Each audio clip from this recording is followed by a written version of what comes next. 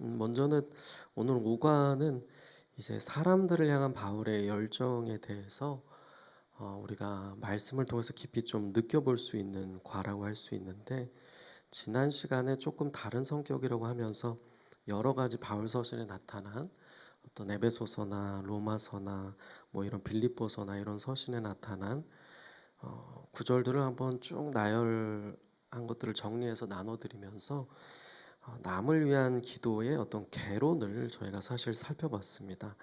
그래서 다른 어떤 챕터들은 이 성경 구절들을 가지고 깊이 조명하는 챕터였다면, 지난 시간은 여러 어떤 바울 서신에 나타난 남을 위한 중보기도의 구절들을 개론하는 시간을 저희가 가졌었고, 그래서 오늘 그 챕터의 첫 번째 소분류 1과로 보시면 되겠습니다. 그래서 사람들을 향한 열정인데, 주제는 성경 구절은 데살로니가 전서 3장 9절부터 이제 13절까지 말씀을 가지고 살펴보려고 합니다.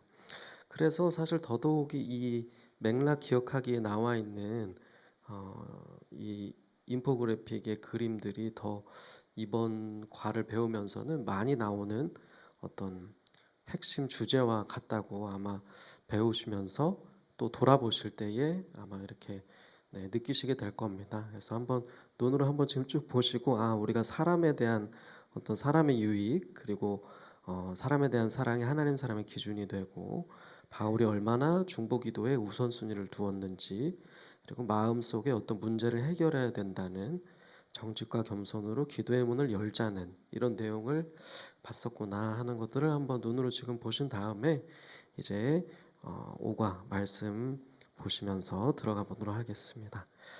한 절씩 교독을 해보겠습니다. 이렇게 9절부터 지금 13절까지 나와 있는데 저부터 읽고 마지막은 같이 읽도록 그렇게 하겠습니다.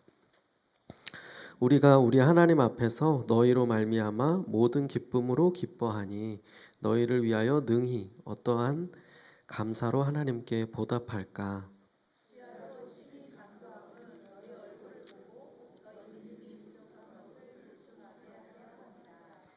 하나님 우리 아버지와 우리 주 예수는 우리 길을 너희에게로 갈 수 있게 하시오며,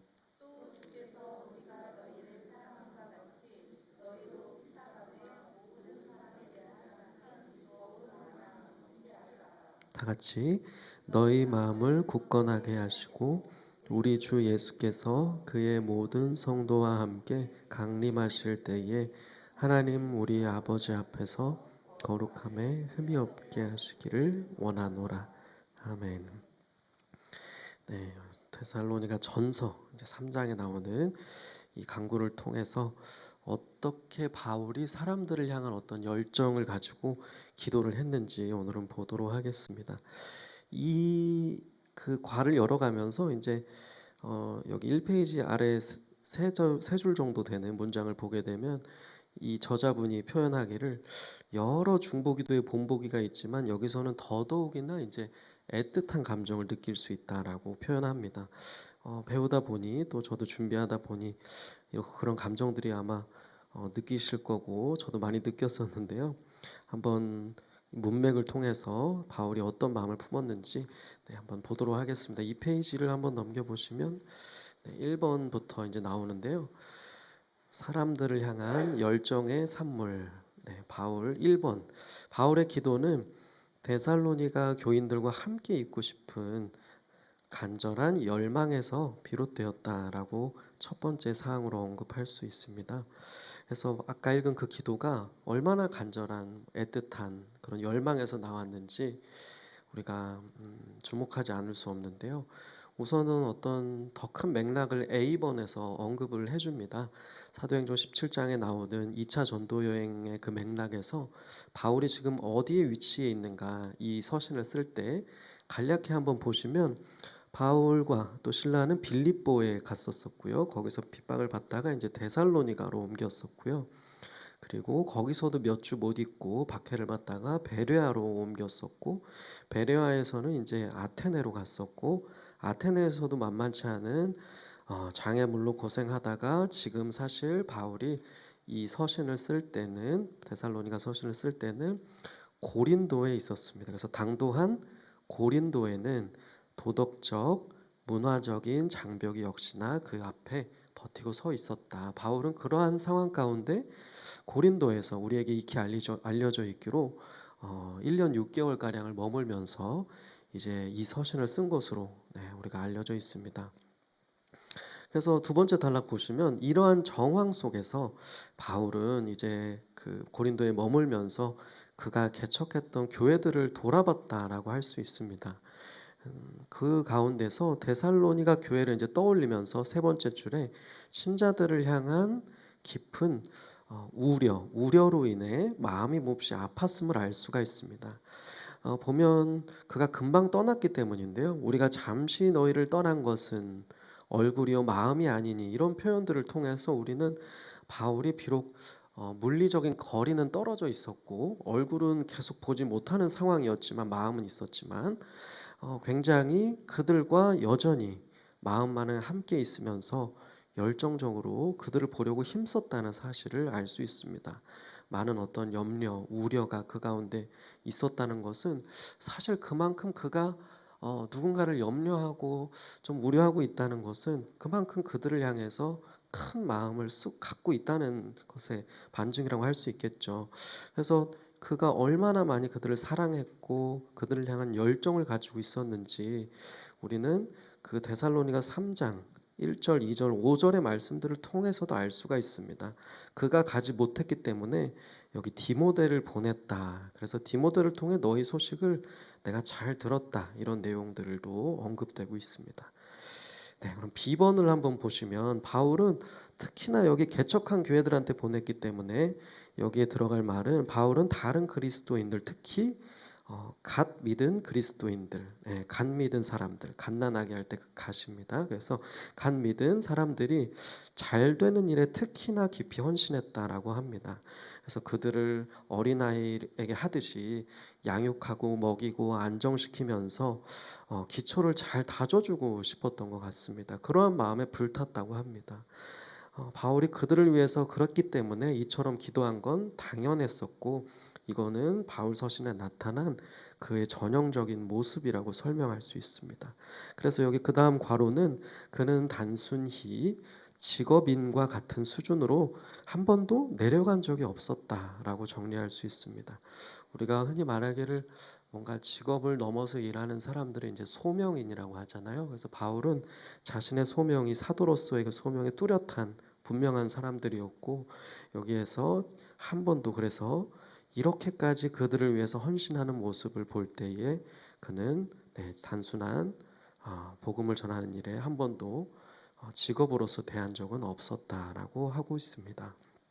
그래서 그 다음에 몇 가지 또 이제 설명이 나오는데요. 가령 고린도후서 그 아랫줄 나오는 말씀에 한 중간쯤 보시면 누가 약하면 내가 약하지 아니하며 누가 실족하면 내가 애타지 아니하냐 이렇게까지 말하는 모습을 볼 수 있습니다. 그래서 그는 마지막에 쭉 설명하기를 원격 사역으로 만족했던 사람도 아니었고 후배 동역자를 보내거나 책을 쓰면서 서신을 보내면서 만족했던 사람도 아니었고 그 이상으로 늘 마음을 쓰고 기도하고 직접 찾아가면서 뜨겁게 헌신했던 그 일에 최우선을 두었던 사람이었고 그래서 마지막에 가로 채우기를 그들을 위한 바울의 기도는 바로 그 열정에서 빚어졌다라고 할 수 있겠습니다.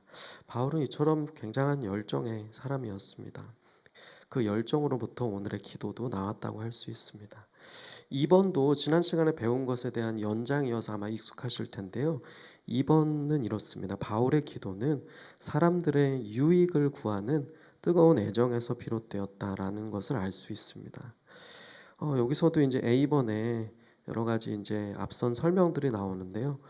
우리가 느낄 수 있는 여러 감정들을 설명하면서 바울이 느낀 감정, 그 사랑이 어떻게 다른 것인지 이야기하고 있습니다. 바로 그 3페이지 첫 번째 단락으로 한번 넘어가 보겠습니다. 그 감정들이 사역에 있어서 흉하게 변질될 때가 있는데 기독교적 인생관에서 볼 때 결코 자기 만족이 최고의 관건이 되어서는 안 된다.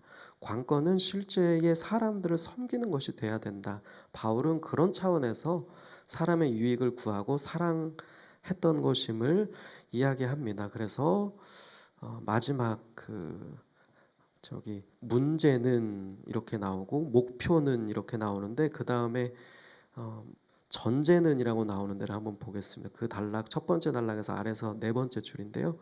전제는 내가 생각하는 분야의 봉사가 어떻게 나의 이력에 도움이 될까 이런 것이 아니고 하나님이 부르신 분야에서 더 잘 봉사하기 위해 어떻게 날마다 죽을 것인가, 날마다 내 십자가를 지고 죽는다는 이 원리에 어떻게 헌신할 것인가. 그래서 이런 차원이 돼야 한다.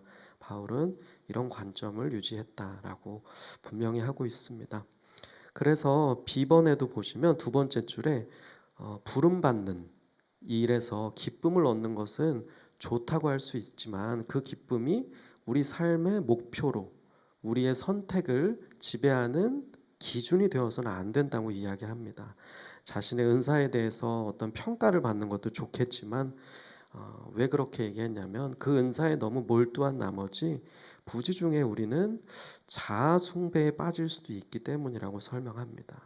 그래서 바울은 어떤 마음을 품었다고 할 수 있는지 자아 숭배에 빠져서는 안 된다 해서 하나 둘셋네 줄 정도 내려가 볼까요? 그래서 네 줄 정도 내려가서 끝에 부분 보시면 오히려 그들이 그러니까 B번에서 아래에서 세 번째 줄입니다.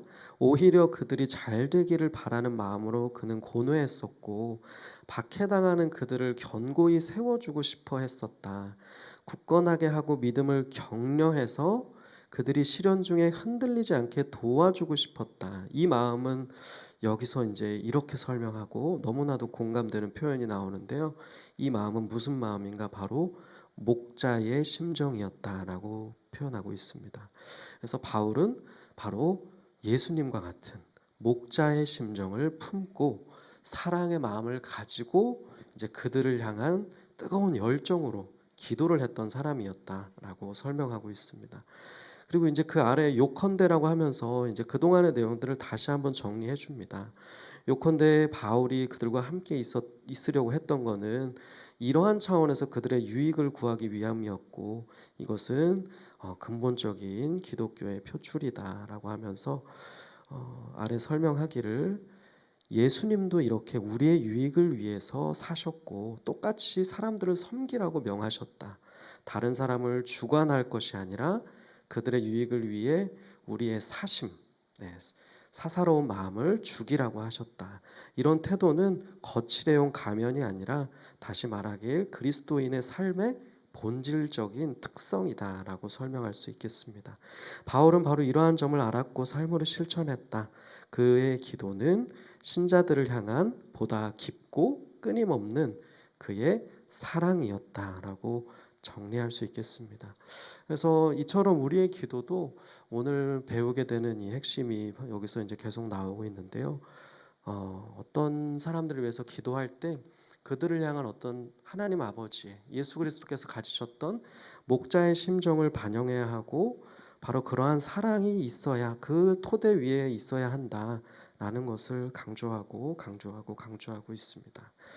네, 그리고 계속되는 내용도 한번 보면 그가 가지고 있는 어떤 감정에 대한 내용을 또 이야기하고 있는데요. 3번 보시면 바울의 기도는 이제 디모데의 그 회보로부터 전해진 데살로니가 교인들의 믿음과 사랑과 인내와 강건함에 대한 순전한 기쁨에서 비롯되었음을 알 수가 있습니다. 기쁨입니다. 그 기쁨이 이제 그들을 생각할 때 이제 기뻤는데 한번 여기 아래서 그 네 번째 줄에 굵게 표시한 부분을 한번 같이 보도록 하겠습니다. 이 말씀도 굉장히 이제 여기에서 중요하게 다루어지는데요. 같이 함께 굵게 표시된 데살로니가전서 3장 6절부터 8절의 말씀인데요. 한번 읽어보겠습니다. 시작.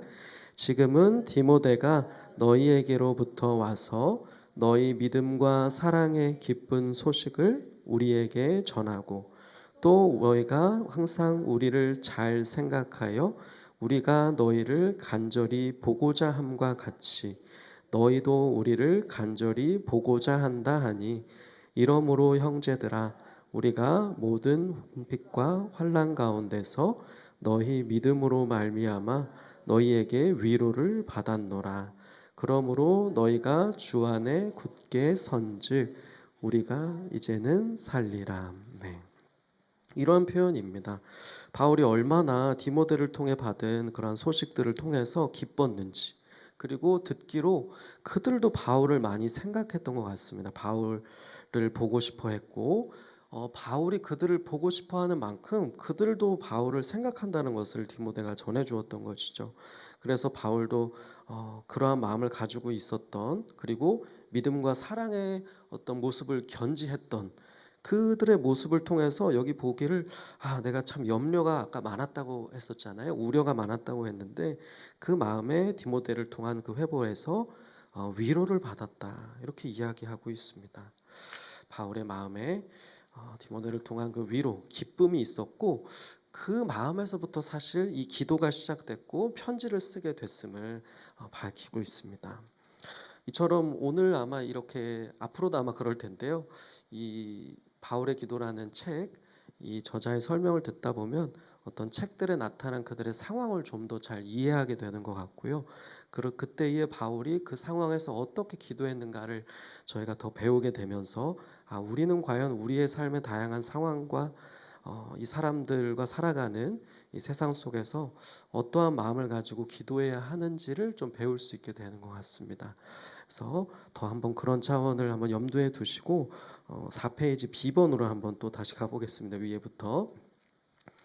어떤 사람들은 그래서 나쁜 소식에만 흥미를 느낀다. 이게 좀 쓸쓸하지만 또 저희한테 이런 면이 있기도 하고, 특히나 이제 정도의 차이가 있지만 그런 것에 특히나 흥미를 느끼는 사람들도 있긴 합니다. 하지만 바로 두 번째 단락 넘어오셔서 바울은 그들과는 반대였다라는 것을 설명할 수 있겠습니다. 어떻게 반대였냐면 믿음과 사랑, 아까 말한 믿음과 사랑을 비롯한 참된 기본에서 그들이 자라가고 있다는 소식을 들을 때마다 그는 마냥 기뻐했다. 이런 점에서 바울은 요한과도 비슷했다. 요한 서신에 나타난 두 개의 구절도 소개해 줍니다. 요한도 표현하기를 너희가 진리를 행하는 것을 보니 내가 심히 기쁘다라고 했었고, 또 내 자녀들이 진리 안에서 행한다는 것을 내가 들으니 더 기쁜 일이 없다라고 했던 것처럼, 이 사도들은 정말 그 바울이 기록하고 또 이제 여러 가지 이제 이 표현을 통해서 느껴보기로, 참으로 이들이 믿음과 사랑에서 또 진리 가운데 행한다는 데서, 그러한 소식을 들었다는 데서 기쁨을 느꼈지, 뭔가 다른, 네, 나쁜 좋지 않은 소식에만 흥미를 느끼면서 올곧은 소리만 무게 잡게 내보이지 않았다라는 것을 여기에서 주목하고 있습니다. 그래서 우리에게도 그러한 관점이 필요하다는 것을, 그러한 관심사에 우리가 바로 그러한 관심사를 가져야 한다는 것을 여기에서 알려주고 있습니다.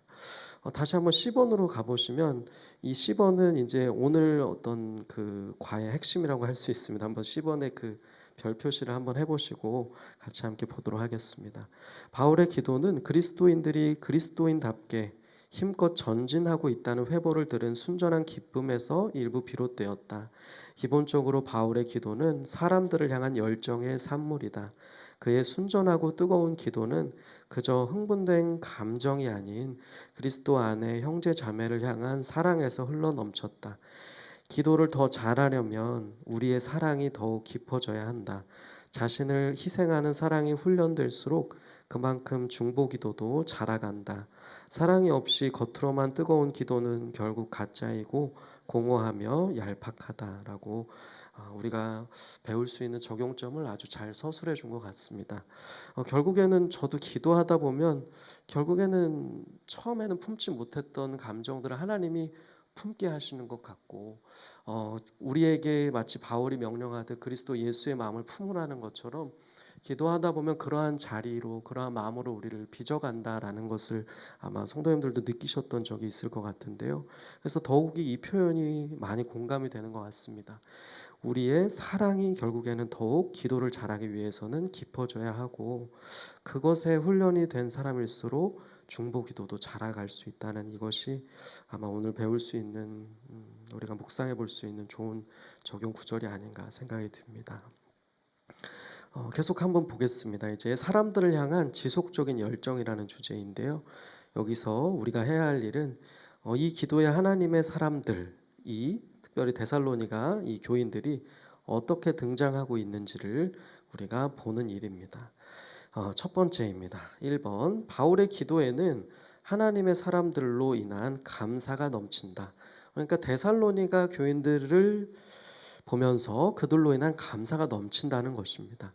그래서 보면 아래 여기 데살로니가 3장 9절 A번 끝나는 데를 한번 다시 보면 이렇게 표현했었습니다. 우리가 우리 하나님 앞에서 너희로 말미암아 모든 기쁨으로 기뻐한다. 그래서 너희를 위하여 능히 하나님께 어떠한 감사로 보답을 할까 이렇게 표현하기까지 하면서 그들로 인한 감사가 넘치는 그런 모습을 우리가 엿볼 수 있습니다. 그런데 이러한 감사에는 두 가지 특징이 있다고 하는데요. 이 특징도 우리가 주목해 보고 적용할 만한 점이 있는 것 같습니다. 제가 여기 굵게 1번으로 되어 있는데 B번에 한번 그 부분부터 보시면 그 대상이 데살로니가 교인들이 아닌 하나님 감사의 대상 말하는 것입니다. 하나님인데 그래도 바울의 감사에는 그들을 격려하려는 의도가 담겨 있었다라고 보여집니다. 정확히 말해서 그들의 삶에 은혜를 베푸시는 하나님께 감사드린다고 그들에게 말함으로써 격려하고 있다라고 정리할 수 있겠습니다. 다시 한번 설명해 주는데요. 즉 그는 데살로니가 교인들의 영적 성장을 언급하여 그들을 격려함과 동시에 감사의 대상이 하나님임을 말하면서 그들을 낮추도록 하는 의도를 갖고 있었다라고 합니다. 그래서 사실 바울이 말하는 이 기도, 감사를 가만히 그들이 잘 이해하고 들었다면 그들은 분명 교만하거나 바울의 감사로 인해서 자화자찬하지 않았을 것이라고 분명히 해줍니다. 왜냐하면 그들의 삶 속에 바울의 표현처럼 나타난 은혜의 징후는 오직 하나님의 공로였기 때문이라고 바울은 오해하지 않도록 분명히 해줬기 때문이었습니다. 그래서 물론 그들이 그 말을 듣고 기운이 났겠지만 바울은 그러한 대상을 분명히 했었다라고 합니다. 그리고 그 다음 단락에 4장에 앞선 과에 나왔던 여러 기도들을 여기 써주면서 거기에 나타난 감사의 표현들을 한번 주목해 보라고 합니다. 그래서 그럴 때에 바울처럼 감사한다면 이렇게 감사할 수 있겠다 추천해주는 문장들이 몇 개 있었는데 그 중에 하나만 남겨놨습니다. 일단은 굵게 표현한 것을 한번 읽어보면 가령 이렇게 감사하면 좋겠다라고 추천해주고 있는데요. 한번 보시면 이렇습니다. 아무개 형제님, 안내위원으로 성실하게 섬기는 형제님으로 인해 하나님께 감사드립니다. 어린아이한테까지도 일일이 이름을 불러 인사하고 일찍 도착해서 정성껏 모든 사람을 반갑게 맞이하는 모습이 늘 눈에 띕니다. 라고 한다면 아마 바울과 같이 감사하면서 칭찬할 수 있는 좋은 칭찬이 되지 않겠는가라고 말하는 것입니다. 물론 그 전제 조건을 다는데요. 물론 하나님께 감사한 마음도 없으면서 말만 그렇게 한다면 위선이 된다. 그러니까 실제로는 아니면서 할 필요는 없겠지만 우리가 감사할 때 바울의 감사로부터 사람들을 격려함과 동시에 감사의 대상이 이처럼 하나님임을 밝히는 것은 굉장히 유익한 점이 많다는 사실을 여기에서 알려주고 있습니다. 그리고 두 번째 바울의 감사의 특징인데요. 10번에 나와 있습니다. 바울이 데살로니가 그리스도인들로 인해 하나님께 드리는 감사는 자신의 가장 큰 기쁨의 원천에서 비롯된 감사였다라는 점이 특이하다라고 할 수 있다. 이렇게 설명합니다. 그는 가장 큰 기쁨에서 나온 감사였다라는 점입니다. 그래서 보면 단순히 우리는 그래서 이것을 피상적으로 읽지 말아야 된다고 하는데요. 그 부분을 이제 한눈에 알 수 있게 해주는 표현이 바로 두 번째 단락 10번에 한 단락 내려와서 10번에서 그의 표현이 중요하다를 한번 보겠습니다. 바로 우리 하나님 앞에서 라는 표현 때문에 그의 가장 큰 기쁨의 원천에 대해서 설명하는 표현이 굉장히 주목할 만하다라고 이제 이 저자분이 설명을 해줍니다. 우리 하나님 앞에서 데살로니가 교인들로 말미암은 기쁨이 바로 그러했다는 것입니다. 이는 그가 가볍게 쓰는 어법이 아님을 설명해 주면서 이 기쁨은 어떠한 기쁨인지 설명을 해 주는데요. 바로 그것은 땅에서 죄인 하나가 주께로 돌아올 때 하늘에서 수많은 천사들이 맛보는 기쁨과 비슷한 것일 것이다. 우리 하나님 앞에서 누리는 이 기쁨은 그분이 기뻐하실 만한 일로 인해 그분과 공유하는 기쁨이 될 것이다. 바울의 가치관은 철저히 이처럼 하나님께 맞추어졌기 때문에 하나님을 기쁘시게 하는 일이 곧 그에게도 이처럼 가장 큰 기쁨의 원천이 되었고, 그러한 기쁨에서 감사하면서 그들을 격려했고 그들을 위해서 기도했다, 이렇게 설명해 주고 있습니다. 그래서 바울이 이처럼 하나님 앞에서 기뻐했다라는 점도 우리가 어떤 느끼는 기쁨, 우리의 감사의 그 원천이 어떠해야 하는지 잘 보여주는 것 같습니다. 또 보시면 이제 그러한 차원에서 어떻게 이 바울의 감사, 그 기쁨에서 나오는 감사를 읽어야 하는지 여기 굵게 표시한 D번에 굵게 표시한 문장에서 이제 풀어서 이 저자분이 설명해서 다시 써줬는데요. 한번 이 굵게 표시한 문장을 같이 한번 읽어보면 좋겠습니다. 바울이 하나님 앞에서 가진 기쁨을 우리가 이처럼 이해할 때 어떻게 읽을 수 있는지 풀어줬다고 생각하면서 같이 한번 읽어보겠습니다. 시작. 나는 너희를 한없이 사랑하기에 너희의 삶 속에 하나님의 은혜가 나타나면 기쁨을 주체할 수 없다. 사실 너희의 영적 성장이 나를 하나님 앞에서 얼마나 기쁘게 하는지 모른다. 나는 너희에게 큰 빚을 졌다. 그래서 너희로 인해 하나님께 더욱더 감사하지 않을 수 없다. 아마 이러한 바울의 마음을 이렇게 우리에게 풀어주고자 이제 했던 것 같은데요.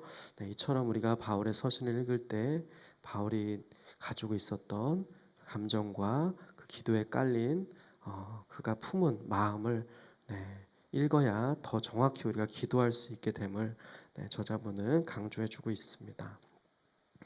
그러면 이제 2번으로 넘어가겠습니다. 6페이지 2번인데요. 바울은 그가 신자들을 굳건하게 해줄 수 있기를 이제 기도하고 있습니다. 신자들을 굳건하게 해줄 수 있기를 기도하고 있습니다. 여기에서 나타나는 이제 표현은 주야로 이제 심히 간구한다는 것이 나타납니다. 그래서 이것이 어떠한 표현이겠는가? 우리는 세 가지로 이렇게 세부 사항을 나눠서 살펴볼 수 있다고 하는데요. A번 두 번째 이제 문단입니다. 첫째, 바울은 방금 말한 것처럼 주야로 간구한다고 고백한다는 것입니다. 그는 뭐 항상 감사한다든지 끊임없이 감사하든지 또 밤낮으로 간구한다든지 이런 이제 표현을 하는데 이것을 우리가 아쉽게도 단순한 과장법으로 보아서는 안 된다고 이야기합니다. 또 나아가서는 정작 기도는 별로 안 하지만 기도의 정신 속에 떠다닌다는 뜻으로 표현한 것이다 라고 이해해서도 안 된다고 말합니다. 그의 말은 밤낮으로 기도 시간을 정해놓고 주님 앞에 정말로 데살로니가 교인들을 실제로 기억했다는 뜻으로 받아들여야 함을 여기에서 분명히 우리는 알아야 된다라고 첫 번째 짚어주고 있습니다. 그렇다면 두 번째는 무엇인가? 두 번째는 바울이 주야로 그들을 기억하면서 기도할 때마다 느꼈던 부담은 그들을 다시 만나서 믿음이 부족한 부분을 보충해 주어야 한다라고 했던 것이었습니다. 그래서 이 부분도 그가 믿음을 직접 보충해 주어야 했다는 점도 우리가 마땅히 그의 열정이 어떠했는가 바라보아야 함을 여기서 이야기하고 있습니다. 그는 직접 가서 그 형제 자매들에게 헌신하고자 했었는데요. 이 점이 왜 우리가 주목해야 하냐면 B번의 그 두 번째 단락을 보시면 빈칸에 하지만 이 간구는 중보기도와 본인의 섬김이 맞물린다는 점에서 특히나 놀랍다라고 설명합니다. 섬김.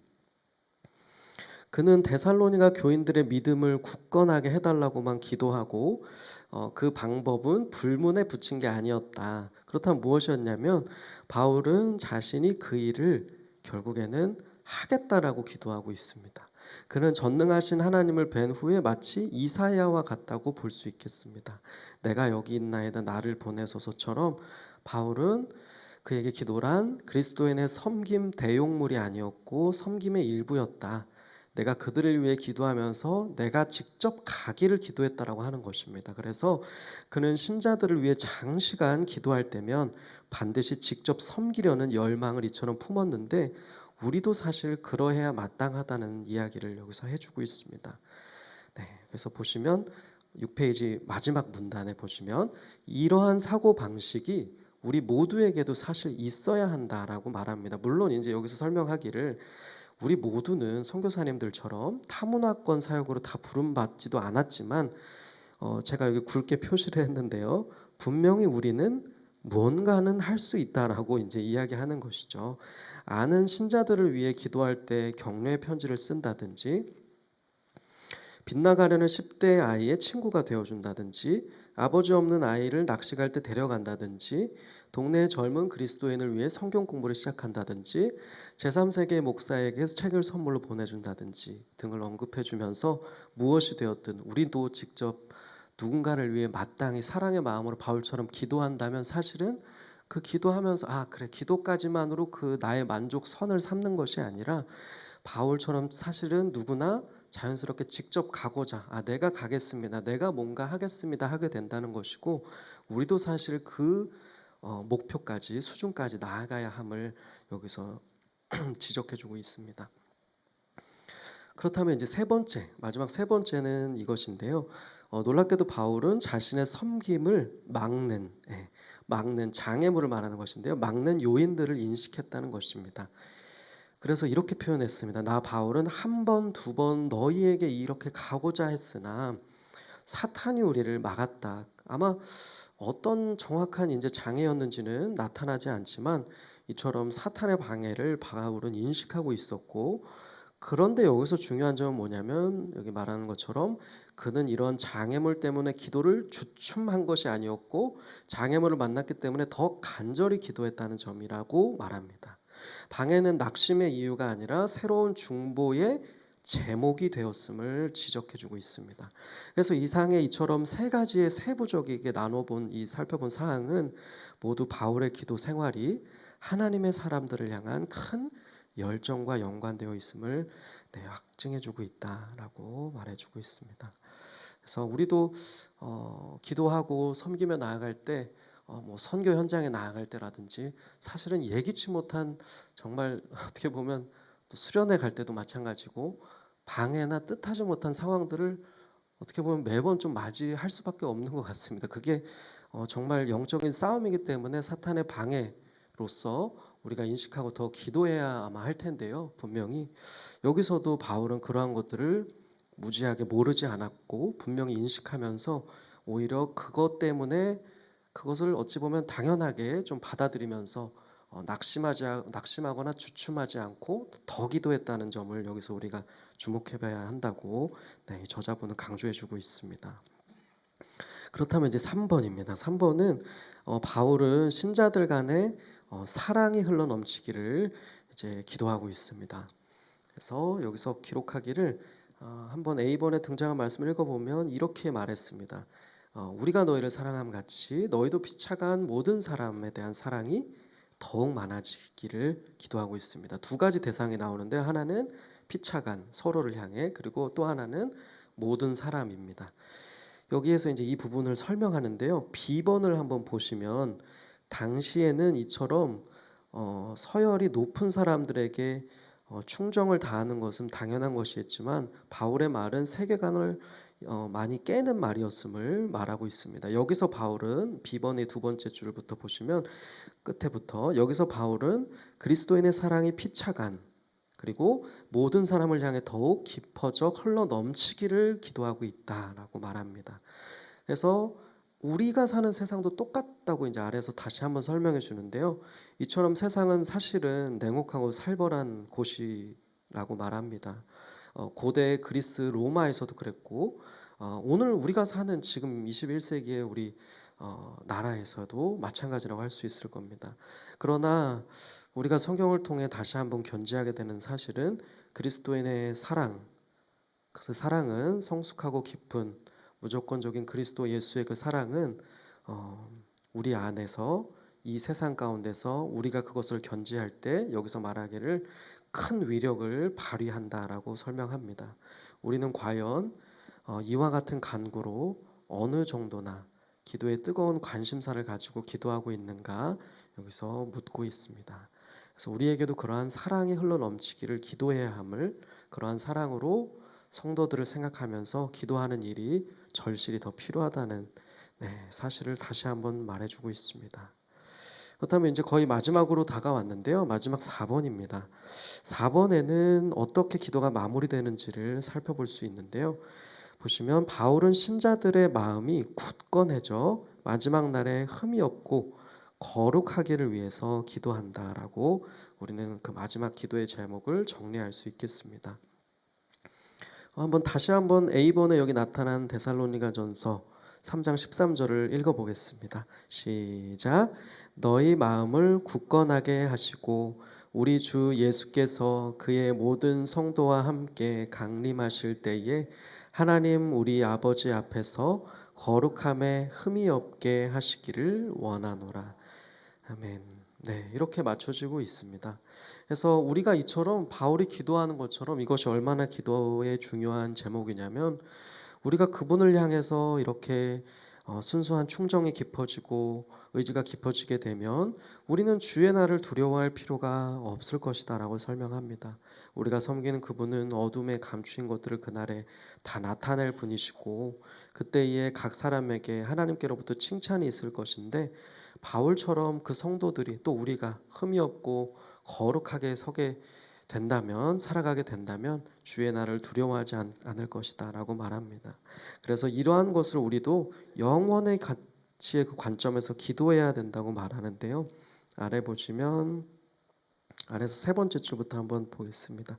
덧없는 세상의 기준이 아니라 거룩하신 하나님 앞에서 흠이 없고 거룩해야 한다는 뜻인데 우리가 흠없고 순전해서 이 어그러지고 거스르는 세대 가운데서 하나님의 흠없는 자녀로 세상에서 그들 가운데 빛들로 나타내기를 바울은 여기에서 기도하고 있는 것이다. 그래서 이것이 그의 기도의 제목이었다라고 쓰시면 되겠습니다.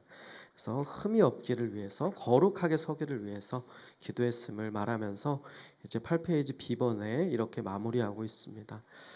이렇게 기도를 할 때 바울은 종말, 즉 우리 주 예수께서 그의 모든 성도와 함께 강림하실 때를 염두에 두고 있다는 겁니다. 앞서 아마 그동안에 계속 배우셨던 우리 성도님들께서는 이것이 아마 익숙할 것이고 어디에 나왔었다라는 것이 이제 생각이 나실 텐데요. 여기서도 같이 언급해 주고 있습니다. 여기서 이 책 2장 기도의 틀에서의 연관성이 이제 말하지 않을 수 없는데 2장에서 살펴본 바울은 영원한 가치를 내다보면서 기도했는데 여기서 본 바울도 그렇다는 겁니다. 사람들을 위한 불타는 열정으로 기도하는 바울도 동일한 맥락에서 읽을 수 있다라고 말하고 있습니다. 그래서 사람들을 위해 기도할 때 우리는 그들도 우리처럼 필연적으로 마지막 날을 향해 가고 있음을 늘 인지해야 한다. 영원한 가치를 내다보면서 기도하면 사람들을 위해서 이렇게 기도할 수밖에 없다. 당신과 나를 비롯해 모든 사람들이 마지막 날에 하나님 앞에서 결국에는 결산을 해야 하기 때문이다. 그런 관점에서 볼 때 이보다 더 근본적인 중보기도는 없다. 다시 한번 이렇게 강조해주고 있습니다. 그래서 마지막에 이렇게 정리하고 묻는데요.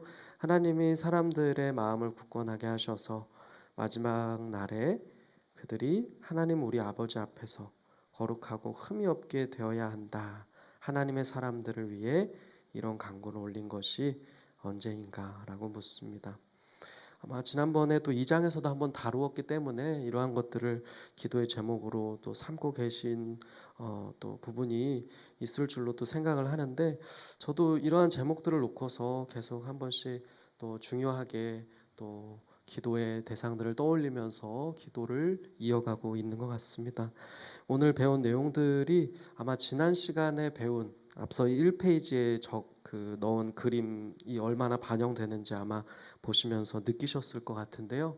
오늘 이 바울의 서신 데살로니가 전서 3장 9절부터 13절에 나타난 이 내용을 가지고 한 주 동안 좀 묵상하면서 우리도 이처럼 어떤 떠오르는 대상 또 우리 자신은 또 물론 그렇고 네 가족들한테도 그렇고 또 어떤 우리가 생각나는 공동체를 위해서도 그렇고 네 위해서 이렇게 기도를 이어가는 또 한 주가 되셨으면 좋겠습니다.